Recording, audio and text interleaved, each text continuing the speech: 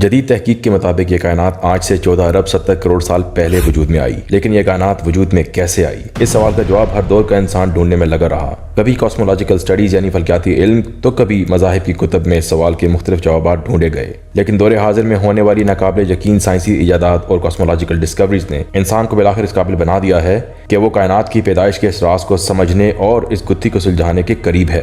اس زمن میں سب سے بڑی کامیابی 1931 میں ایک بیلجین پادری اور کاسمولوجسٹ جارج لیماترے کے ہاتھوں ہوئی۔ لیماترے نے مشہور زمانہ بگ بینگ تھیوری کی شکل میں کائنات کی پیدائش کے عمل کو ڈیفائن کیا اور بہت سے ان نون سوالوں کے جوابات دیے۔ بعد میں ایڈون ہبل نامی ایک سائنسدان نے اس تھیوری کو مزید تقویت بخشی۔ تب سے آج تک اس تھیوری کی تفصیلات اور معلومات میں مسلسل اضافہ ہوتا جا رہا ہے۔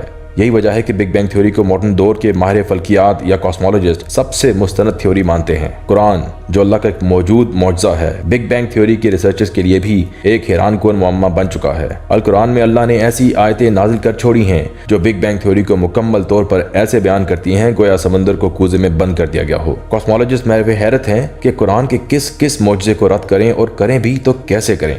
سورہ انبیاء کی آیت نمبر 30 میں ارشاد باری تعالیٰ ہے، اور جن لوگوں نے کفر کیا ہے کیا انہوں نے نہیں دیکھا کہ یقیناً آسمان اور زمین دونوں باہم ملے ہوئے تھے، تو ہم نے ان دونوں کو یک بار پھاڑ کر جدا کر دیا، اور ہم نے پانی سے ہر زندہ چیز کو بنایا، تو کیا وہ ایمان نہیں لاتے؟ اس آیت کے بیان بگ بینگ تھیوری کے مطابق یہ ساری کی ساری کائنات یعنی زمین و آسمان سبھی کے سبھی ابتدا میں ایک پرائمورڈیل سنگولیرٹی کی شکل میں باہم جڑے ہوئے تھے، یا یوں کہیے کہ ایک نقطے سے بھی کم جگہ میں سکڑے ہوئے تھے، نقطہ بھی ایسا کہ جس کا کوئی حجم یا والیوم تھا ہی نہیں۔ اردو میں پرائمورڈیل سنگولیرٹی کا ترجمہ بنیادی وحدانیت ہوگا۔ مذہب میں اس کے لیے سب سے موزوں لفظ امر الہی ہے، کیونکہ وحدانیت تو صرف اللہ ہی کی خصوصیت ہے۔ بگ بینگ تھیوری کے مطابق زمین و آسمان سب کے سب اس ایک سنگولیرٹی میں جمع ہوئے پڑے تھے جو کہ لامحدود حد تک شدید ترین گرم اور انتہائی سپر چارجڈ انرجی رکھتا تھا۔ پھر سائنسدان یہ تو نہیں جانتے کہ ایسا کیوں ہوا، لیکن وہ سنگولیرٹی یک بار پھٹ پڑی اور پلک جھپکنے سے بھی پہلے اس میں سے مادہ اور انرجی لامحدود تعداد میں نکلی اور کائنات میں پھیل گئی۔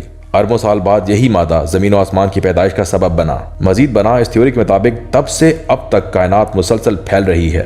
میرا رب اس کو سورہ زاریات کی آیت نمبر 47 میں کچھ یوں بیان کرتا ہے، اور آسمانی کائنات کو ہم نے بڑی قوت کے ذریعے سے بنایا، اور یقیناً ہم اس کائنات کو مسلسل وسعت اور پھیلاؤ دیتے جا رہے ہیں۔ ہے نا حیران کن حد تک ایکوریٹ تفصیل جو قرآن میں دی گئی ہے، لیکن ابھی تو صرف آغاز ہے۔ کیا آپ جانتے ہیں کہ بگ بینگ کی مزید ریسرچ سے کاسمولوجسٹ کو یہ بات پتہ چلی ہے کہ جب ابتدا میں بگ بینگ کا دھماکہ ہوا تو اس کے بعد 4 طرح کی قوتوں یا فورسز کی پیدائش ہوئی۔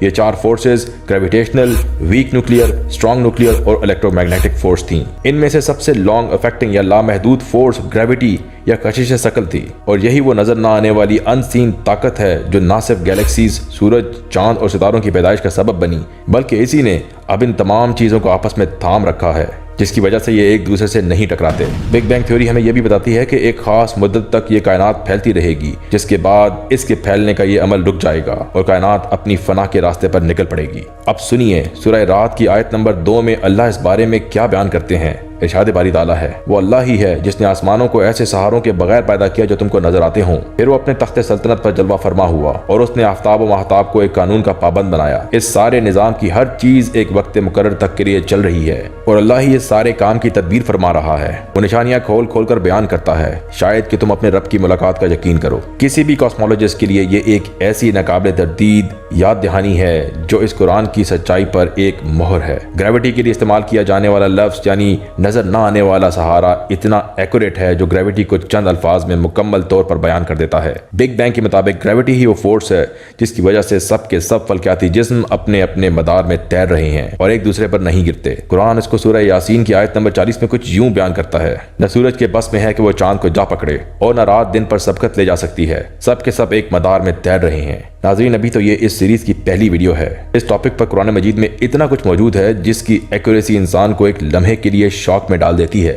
مزید آگے بڑھتے ہیں تو بگ بینگ تھیوری ہمیں یہ بتاتی ہے کہ جب یہ دھماکہ ہوا تو سارا کا سارا مادہ کائنات میں پھیل گیا، جس نے اربوں سال بعد نئی گیلیکسیز، سورج، چاند اور ستاروں کو جنم دیا۔ لیکن ان فلکیاتی باڈیز کی پیدائش سے پہلے یہ مادہ کاسمک ڈسٹ اور گیس کی شکل میں تھا۔ کاسمک ڈسٹ کا اردو میں ترجمہ فلکیاتی دھواں بنتا ہے۔ قرآن کی سورہ حامیم سجدہ کی آیت نمبر 11 میں اسے یوں بیان کیا گیا ہے، پھر اللہ آسمان کی طرف متوجہ ہوا جبکہ آسمان اس وقت دھوئیں کی شکل میں تھا، اور آسمان سے اور زمین سے کہا، چلے آؤ، چاہے